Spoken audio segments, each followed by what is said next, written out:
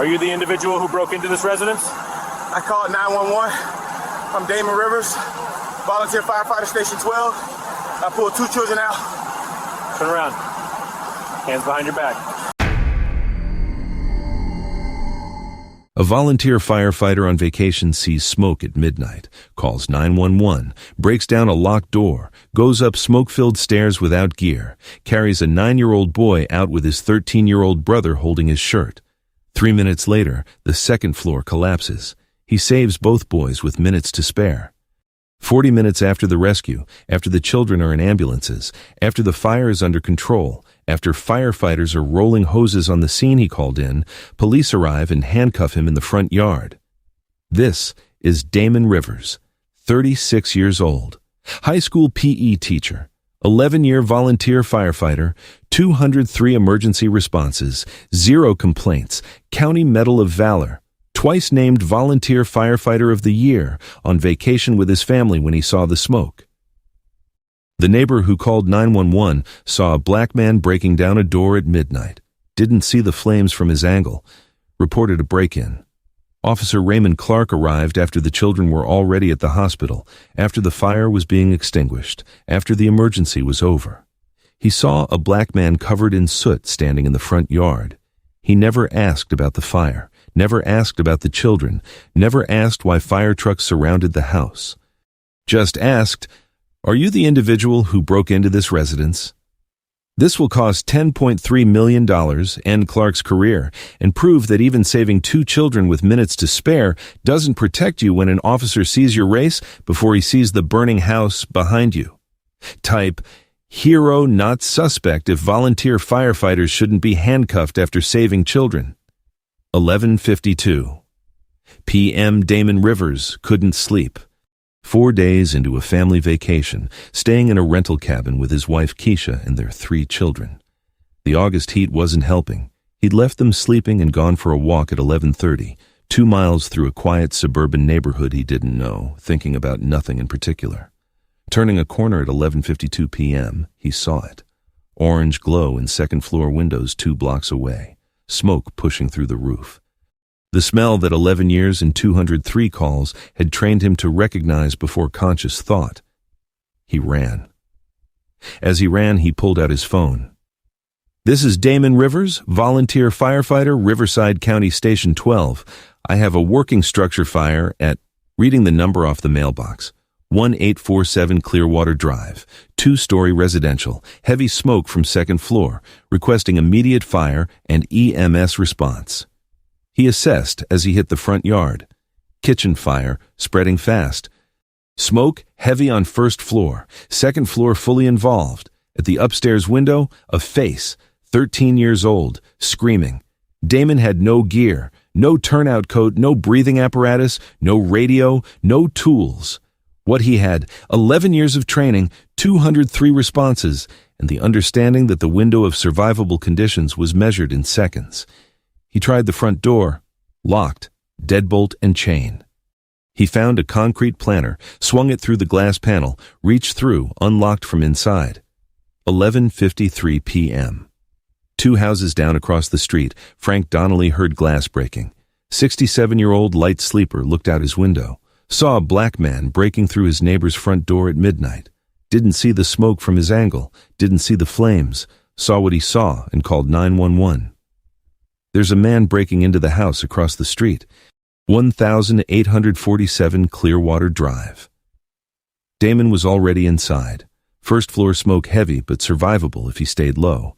Kitchen fully involved, flames spreading toward the stairs, heat building. He had minutes, maybe less. "Fire department, anyone in the house?" From above through the smoke, "Up here, my brother won't wake up." Damon took the stairs. Upper hallway thick with smoke, visibility near 0. Found Ethan Morrison, 13, in a bedroom doorway pulling at his 9-year-old brother Tyler, who was barely conscious from smoke inhalation. Damon picked up Tyler. "Hold my shirt. Don't let go. Stay low." He carried Tyler down through the smoke with Ethan gripping his shirt from behind. Kitchen doorway showing full flame, heat approaching flashover. He made it through the front door at 11:56 p.m. 4 minutes after he'd first seen the smoke, 2 minutes inside the house. He carried Tyler to the center of the front yard, laid him on the grass, checked breathing. Tyler was coughing, responsive. Good signs. Ethan beside them, coughing hard but alert. Damon pulled out his phone. "This is Damon Rivers. I called in a fire at 1847 Clearwater Drive. 2 juvenile occupants evacuated. Younger child, approximately 9, has smoke inhalation. Need EMS immediately." He put his jacket over Tyler, kept his hand on the boy's back monitoring his breathing. Kept Ethan talking and calm. At 11:59 p.m., every window on the second floor blew out simultaneously. The upper floor became fully involved. If the boys had still been inside, they wouldn't have survived. 3 minutes and 40 seconds after Damon carried Tyler through the front door, the house became unsurvivable. Fire trucks arrived at 12:04 a.m. Captain Rodriguez saw the boys, saw Damon, immediately understood. "Damon, you got them out?" "Both of them. Tyler has smoke inhalation. Ethan's stable." EMS arrived at 12:06. Tyler was treated and transported. Ethan was treated at the scene. Both boys would be fine. Damon stood in the front yard watching the ambulance leave, covered in soot, exhausted, the adrenaline beginning to fade. At 12:42 a.m., Officer Clark arrived. Clark's patrol car pulled up to a controlled scene. Fire trucks everywhere, firefighters working. The fire itself under control, smoke still rising but flames suppressed, an ambulance pulling away. And in the front yard, a black man, alone, covered in soot. Clark got out of his car, approached. His hand moved near his weapon. "Are you the individual who broke into this residence?" Damon turned, saw the officer, saw the hand near the weapon, felt confusion before understanding. "I called 911. I'm Damon Rivers, volunteer firefighter, Station 12. I pulled 2 children out of that house before the fire department arrived. Turn around, hands behind your back." "I'm sorry, what? I'm the one who called this in. I rescued those boys."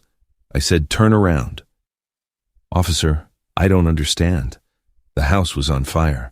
2 children were trapped upstairs. I broke down the door to save them." Clark already had his handcuffs out. "We received a report of forced entry. You're being detained for investigation." Damon's mind was trying to process what was happening. 11 years of volunteer service, 203 calls, never questioned, never detained, and now, standing in the front yard of a house where he'd just saved 2 children, being told to put his hands behind his back. Forced entry. Yes, the front door was locked. There were children inside a burning house. I forced entry to save them. Clark moved behind him, pulled his arms back. Handcuffed him, the metal tight on his wrists. "You have the right to remain silent. Anything you say can and will be used against you." "Officer, this doesn't make sense. Look around you. Fire trucks, firefighters. The house was burning. Those children are on their way to the hospital because I got them out." "In a court of law, you have the right to an attorney." Captain Rodriguez was near the front of the house, coordinating the scene when he saw it. Saw Clark, saw Damon, saw the handcuffs. He ran. "Clark, what the hell are you doing?" Clark turned. "Sir, I'm investigating a reported break-in at this address." "A break-in?" Rodriguez looked at Damon in handcuffs, looked at the smoking house behind them, looked at Clark. "That's Damon Rivers. He's a volunteer firefighter from Station 12. He's been with us for 11 years. He called in this fire. He pulled those 2 kids out before we even arrived." "Sir, I received a 911 call reporting forced entry." "He is the forced entry. He broke down the door to save those children. The house was burning. Get those cuffs off him right now." "I need to investigate." Rodriguez stepped closer. His voice dropped to something cold and controlled. "That man has 203 responses with this department. He has the county Medal of Valor. He saved 2 children tonight with less than 4 minutes to spare, and you have him in handcuffs in the front yard while my crew works the scene he called in. Get those cuffs off." Officer Mitchell had arrived behind Clark. She'd been listening. She stepped forward. "I'll remove them." Clark stood aside. Mitchell unlocked the cuffs. "I'm sorry," she said quietly to Damon. Damon rubbed his wrists, looked at Clark for one long second, then turned to Rodriguez. "The boys made it to the hospital okay?" "They're fine. Tyler's going to be kept overnight for observation. Ethan's with him." Both of them are alive because you were walking past this street at midnight and ran toward smoke instead of away from it." Damon nodded, turned to look at the house. The second floor was gone. Collapsed inward at 12:07, 6 minutes after he'd carried Tyler out. 3 minutes and 40 seconds of margin between life and death. He stood in the front yard and felt the exhaustion hit him all at once. Clark was filling out paperwork at his patrol car like nothing had happened. Damon Rivers became a volunteer firefighter at 25 because his neighbor's house had burned down and he'd stood on the street watching and felt the particular helplessness of someone who wants to do something and doesn't know how. He signed up for the Volunteer Academy the following week, passed every test, Firefighter 1 and 2, Emergency Medical Responder, Swift Water Rescue, Hazardous Materials Operations. The comprehensive training that comes from someone who decided if he was going to do this, he was going to do it completely. He taught PE at the local high school, coached youth football, married to Keisha, a registered nurse for 9 years, 3 children who knew that sometimes their father left in the middle of the night because someone needed help, 203 calls in 11 years, 0 complaints. The County Medal of Valor for a rescue from a collapsed structure that his battalion chief described as beyond the expectation of any firefighter, paid or volunteer. Twice named Volunteer Firefighter of the Year. In 11 years, he had never been questioned. Had walked into burning buildings, into flooded cars, into collapsed structures. Nobody had ever asked if he belonged there. That night on vacation, he'd been 2 miles from his sleeping family when he smelled the smoke. There was no decision to weigh. He was a firefighter. There was a fire. There were people inside. He ran toward it, did everything right, called 911 before entry, assessed the structure, made the rescue, called 911 again after evacuation, monitored both children until help arrived. Textbook response from someone with 11 years of training and 203 calls of experience. And 40 minutes later, after the children were safe, after the fire was controlled, after the emergency was over, he was handcuffed in the front yard. Not because he did anything wrong, because the neighbor had called 911 about a black man breaking down a door, and Officer Clark had arrived looking for that black man without ever asking why the house behind him was still smoking. David Morrison received the call from Captain Rodriguez at 12:30 a.m. His sons were safe. A volunteer firefighter named Damon Rivers had broken down the door and pulled them out. When police arrived after the rescue, they'd handcuffed Damon in the front yard. David Morrison made 2 calls, first to his attorney at 12:45 a.m., second to Damon's cell phone at 1 a.m. "Mr. Rivers, my name is David Morrison. You saved my sons tonight." "They're good kids, sir. Tyler's going to be fine. I want you to know I've seen the security footage. I watched what you did. And I watched what happened after. I'm going to make sure this is addressed. Mr. Morrison, go be with your boys." By 7 a.m., the Ring doorbell footage had been reviewed by Rodriguez, the county fire chief, and the department's legal counsel. The video showed everything: Damon breaking the glass, unlocking the door, emerging with Tyler in his arms, Ethan holding his shirt, laying Tyler down, checking his breathing, the 911 call, Tyler's evacuation by EMS. Damon, standing alone in the front yard 40 minutes later when Clark arrived and handcuffed him. By 9 a.m., the police chief had been briefed. By noon, the footage had reached a local journalist and been published with the headline, "Volunteer Firefighter Saves 2 Boys, Handcuffed After Rescue." 3 million views by the following morning. The police chief called a press conference at 2 p.m. Clark had been placed on administrative leave pending investigation. "We are conducting a thorough review of the incident and the officer's actions." Captain Rodriguez gave his own statement without waiting for department approval. "Damon Rivers saved those boys. The video proves it. The timeline proves it. The children's testimony proves it. In 11 years, I have never had reason to doubt Damon's character or capability. What happened after that rescue should never happen to any emergency responder." Within 72 hours, the investigation had expanded beyond Clark's conduct to examine systemic patterns, with the Ring doorbell footage providing a timeline so precise that every decision Clark made could be measured against the information available to him at each moment. The Ring doorbell camera captured the complete sequence with timestamps. Damon's arrival at 11:52 p.m. door breach at 11:53. Evacuation at 11:56 with Tyler in his arms. The second 911 call at 11:57. EMS arrival at 12:06. Children transported by 12:15. Damon standing alone in the yard. Clark's arrival at 12:42 a.m., 36 minutes after the children were safe. The handcuffing at 12:44. The rear exterior camera recorded the fire's progression. Fire investigation experts used the footage to establish that the second floor became unsurvivable at approximately 11:59:40 p.m. Damon had evacuated Tyler at 11:56 p.m., 3 minutes and 40 seconds of margin. Clark's dashcam showed his arrival at a controlled scene, fire trucks visible, firefighters working, smoke but no visible flames from his angle. The ambulance that had transported the children visible, pulling away in the background of his own footage as he approached Damon. Clark's body camera captured the arrest from his perspective. His question, "Are you the individual who broke into this residence?" Damon's immediate response identifying himself as a volunteer firefighter and explaining the rescue. Clark proceeding with the handcuffing anyway, Rodriguez's intervention, the release. Most damaging, the body camera captured Clark's silence. He never asked about the fire, never asked about the children, never asked why fire trucks surrounded the house or why an ambulance had just left. Just asked about the break-in. Clark's personnel file revealed 3 prior complaints. 2 involving black individuals, where Clark had made immediate assumptions that subsequent information proved incorrect. Both dismissed by internal affairs without independent investigation or training intervention.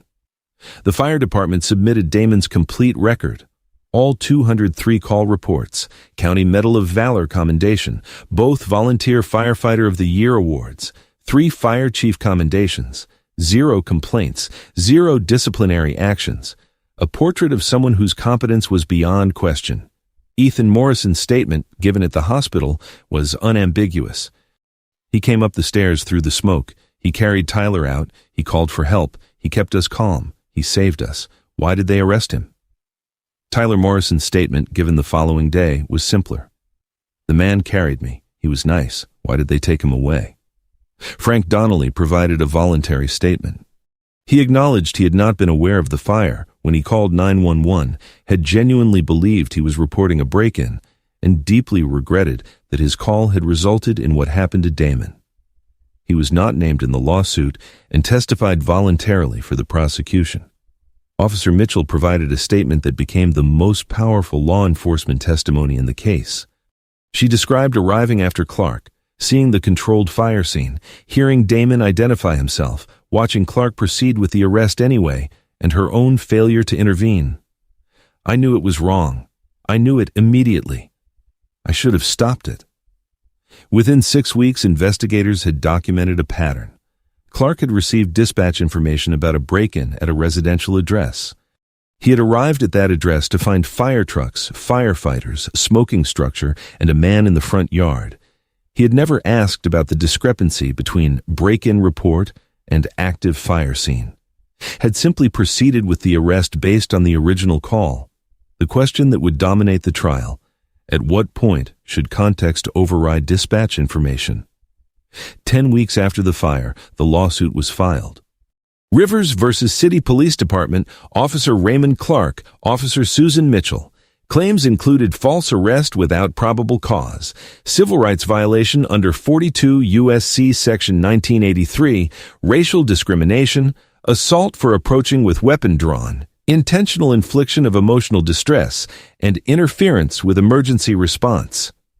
The doorbell footage played in court exactly as it had played for 3 million people online, but in the courtroom, the timestamps carried legal weight. The jury watched Damon enter at 11:52, watched him emerge with Tyler at 11:56, watched the second floor blow out at 11:59:40, watched EMS arrive, treat, and transport by 12:15, watched Damon stand alone in the yard until Clark arrived at 12:42. 36 minutes between the children's evacuation and Damon's detention. 36 minutes during which Clark could have arrived and seen a fire scene with fire trucks and firefighters and understood immediately that the break-in call had been superseded by events. Ethan Morrison testified. Now 14. His voice steady. He came up those stairs when he didn't have to. He didn't know us. He was on vacation. He carried my brother out and called 911 and stayed with us until the ambulance came.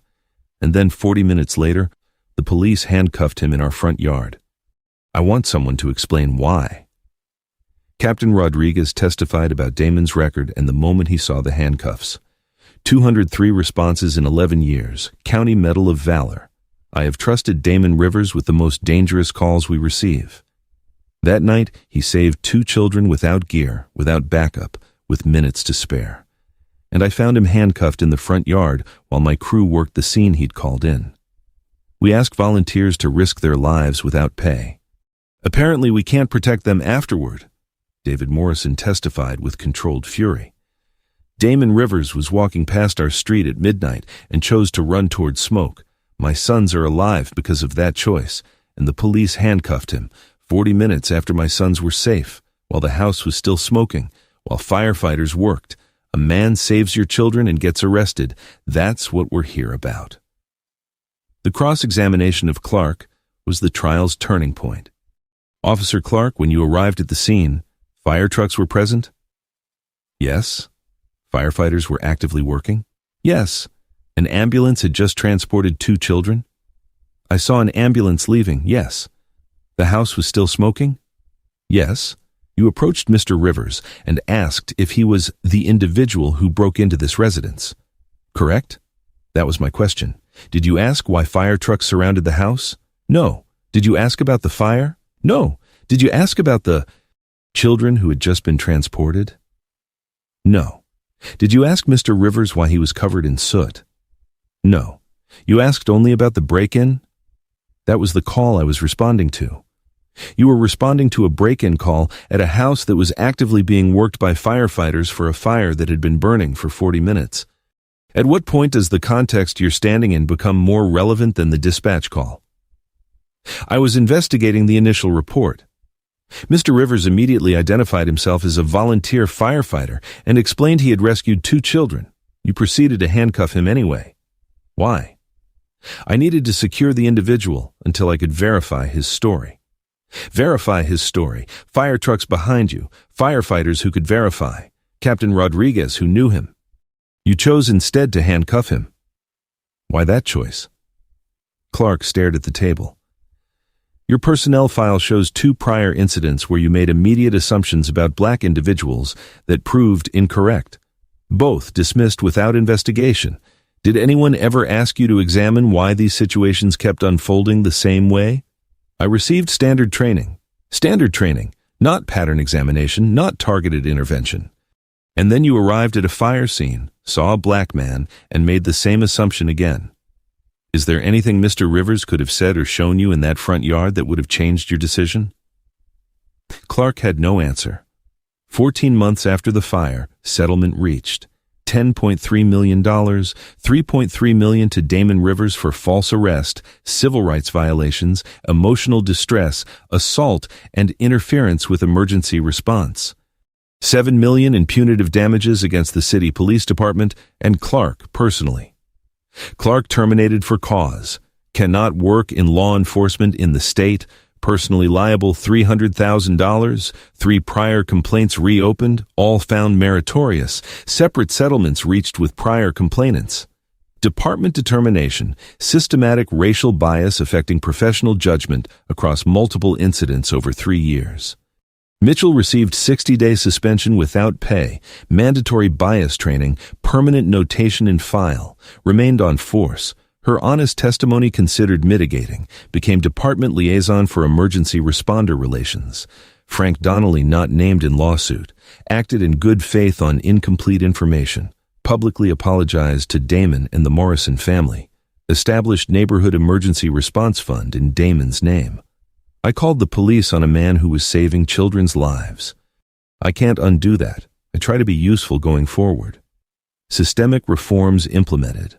All fire scene responses require officers to assess fire conditions before acting on break-in reports. Emergency responder identification protocol requiring immediate verification. Mandatory 40 hours fire scene training for all patrol officers. Volunteer firefighter registry and dispatch database. Joint monthly training between police and fire departments. Body camera mandatory activation at all emergency scenes. Damon Rivers returned to teaching and returned to Station 12. His 204th call came 3 weeks after the settlement. He responded the way he always had. He received State Firefighter of the Year the following spring. First volunteer in 17 years. Ethan Morrison attended the ceremony. The audience gave Ethan a standing ovation before Damon took the stage. Ethan stood beside Damon for the photographs, and in every one he's looking at Damon the way people look at someone they intend to become. Tyler Morrison is 12 now, no permanent injury. Still has the small firefighting figure his father bought him. Calls Damon the man who carried me. Rodriguez was promoted to battalion chief, leads the Joint Police Fire Protocol design, uses this case in every training class, opens with the footage. Closes with the timestamp showing the second floor collapse at 11:59:40. 3 minutes and 40 seconds after Tyler came out, asks every class, what does 3 minutes and 40 seconds mean now? Clark works private security. Asked in deposition if he would do anything differently. If I had known he was a firefighter, I would have responded differently. Asked why he didn't accept the information Damon provided, no answer. Now, here's what this story requires. Damon Rivers ran toward a burning house at midnight with no gear, no protection, no obligation. Went up smoke-filled stairs because a child was calling from above. Carried a 9-year-old out and monitored his breathing until help arrived. Called 911 twice, did everything perfectly. 40 minutes after the children were safe, 40 minutes after EMS had taken them, 40 minutes after firefighters had the blaze controlled, Clark arrived and saw a black man in a front yard and never got past that observation. Never asked about the fire trucks, never asked about the smoke, never asked why firefighters surrounded the house or why an ambulance had just left. Just asked, "Are you the one who broke in?" That question, asked at a fire scene with fire trucks everywhere, reveals everything about how Clark processed what he saw. The burning house wasn't relevant. The firefighters weren't relevant. The context wasn't relevant. Only the dispatch call about a black man breaking a door. This is what implicit bias looks like at its most dangerous. Not conscious hatred, not deliberate malice. Just a brain that files information into pre-existing patterns so quickly that evidence to the contrary never gets processed. Clark saw black man, filed it under threat. Everything else, fire trucks, smoke, soot, immediate self-identification, was rejected because it contradicted the initial filing. Here's what that cost: $10.3 million, Clark's career, the department's reputation. But those are just numbers and consequences.